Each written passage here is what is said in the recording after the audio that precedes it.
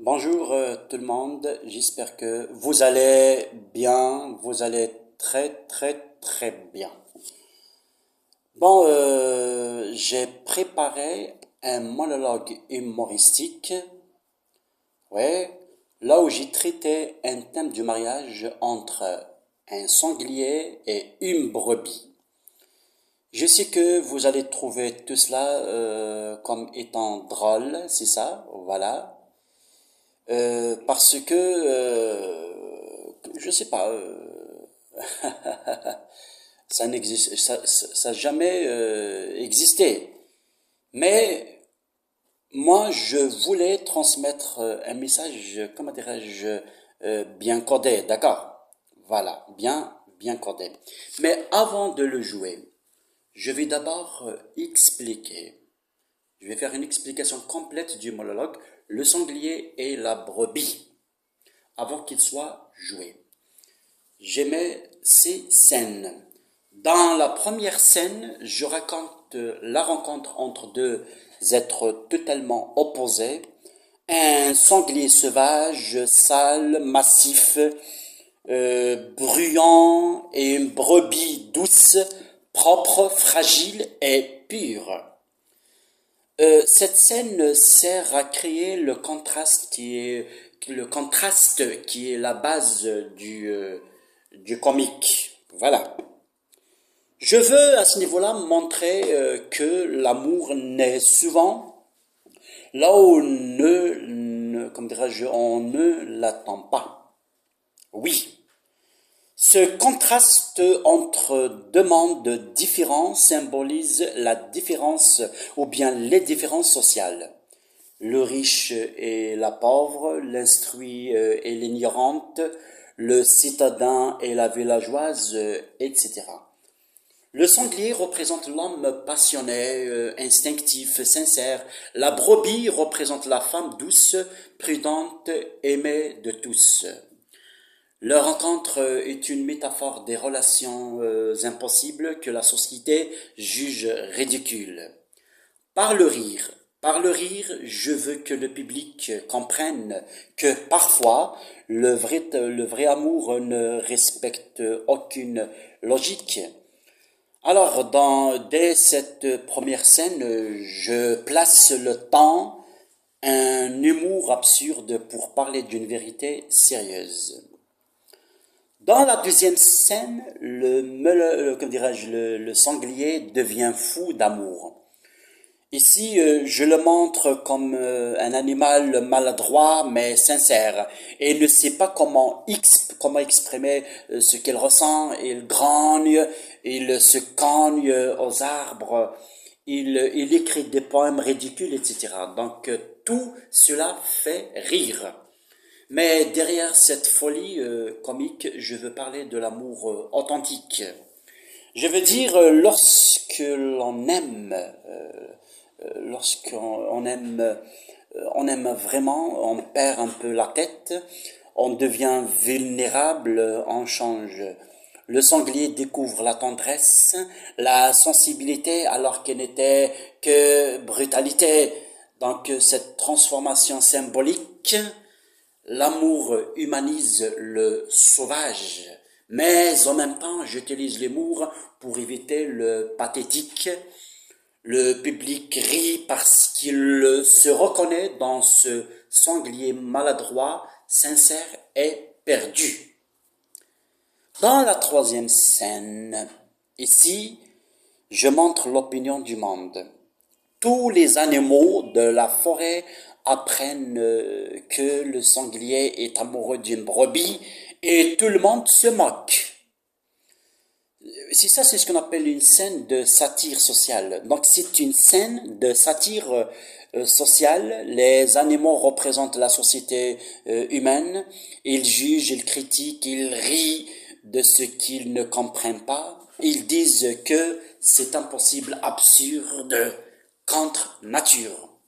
Mais derrière ce rire collectif, je dénonce l'hypocrisie des gens. Quand quelqu'un fait un choix différent, que ce soit en amour, dans la vie ou dans ses opinions, la société se moque toujours avant d'essayer de comprendre. Je montre ici la peur du changement, la peur de la différence et la passion du regard social. Donc l'humour devient un outil pour faire réfléchir le spectacle sur sa propre attitude.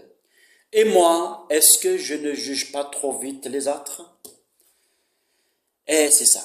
Dans la quatrième scène, comment dirais-je, c'est la scène la plus comique et la plus symbolique du monologue. D'ailleurs, le sanglier décide d'aller chez le berger pour demander officiellement la main de la brebis. Je fais exprès de rendre la scène absurde, hein. Le sanglier met du parfum, apporte un bouquet, hein, et lit un poème et parle avec respect, etc. Le berger, représentant de la raison, de la morale, réagit avec étonnement et moquerie. Mais c'est là que le message devient fort. Le sanglier répond par la suite. Vous les humains, vous mariez bien des gens qui n'ont rien à voir ensemble. Il faut savoir, avec cette phrase, je renverse la situation. Ce n'est plus le sanglier qui est ridicule, c'est le monde humain. Cette scène dénonce les mariages d'intérêt, les unions sans amour, la superficialité des choix sociaux, etc. Le sanglier, lui, même sans recul, il devient, comment dirais-je, le miroir de la sincérité, et le berger celui de l'hypocrisie. Je joue avec humour et la vérité comme le fait d'autres, humoristes.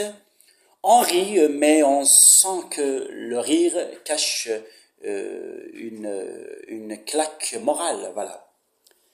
Dans la cinquième scène, la brebis accepte finalement de suivre le sanglier. C'est une victoire symbolique. L'amour triomphe du jugement et de la peur.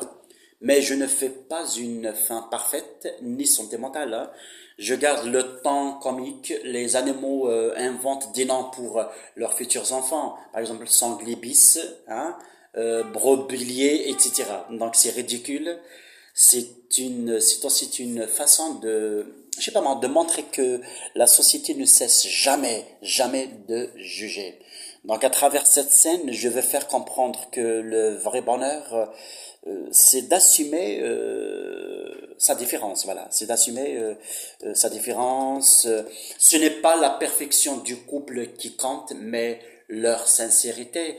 Et quand le sanglier dit qu'il aime la brebis parce qu'elle est, pas pour sa laine, ni pour son lait. Je souligne que le véritable amour ne se nourrit pas d'intérêt, mais de vérité. La dernière scène, la sixième, est à la fois politique et philosophique. Les deux amoureux disparaissent, dans la forêt, mais leur histoire reste dans les mémoires. Donc on entend encore leur voix mélangée, berg, groix, etc. Bon, c'est à la fois drôle, et touchant. Leur amour devient une légende, un symbole de liberté et de courage, en disant, à partir de ce jour, tout a changé dans la vallée. Je veux dire que chaque acte d'amour sincère transforme le monde, tout petit peu, voilà, c'est ça. Donc cette fin donne une leçon simple. L'amour vrai n'a pas besoin d'être parfait pour être beau. Et le rire dans ce monologue n'est pas là pour se moquer, il est là pour libérer, pour rire, non préjuger et nous en débarrasser, voilà. Donc à travers ce monologue, j'ai voulu mélanger le rire et la vérité sociale. J'utilise l'histoire absurde d'un sanglier amoureux d'une brebis, pardon, pour parler des relations humaines, de non-jugement, de non-mariage, sans amour, de notre peur, de la différence, etc. Alors chaque scène fait rire par son absurdité, mais fait réfléchir en même temps par son message. C'est on rit, mais derrière le rire, il y a toujours une émotion, une critique, une sagesse. Donc, je montre que le sanglier, c'est celui qui ose aimer sincèrement.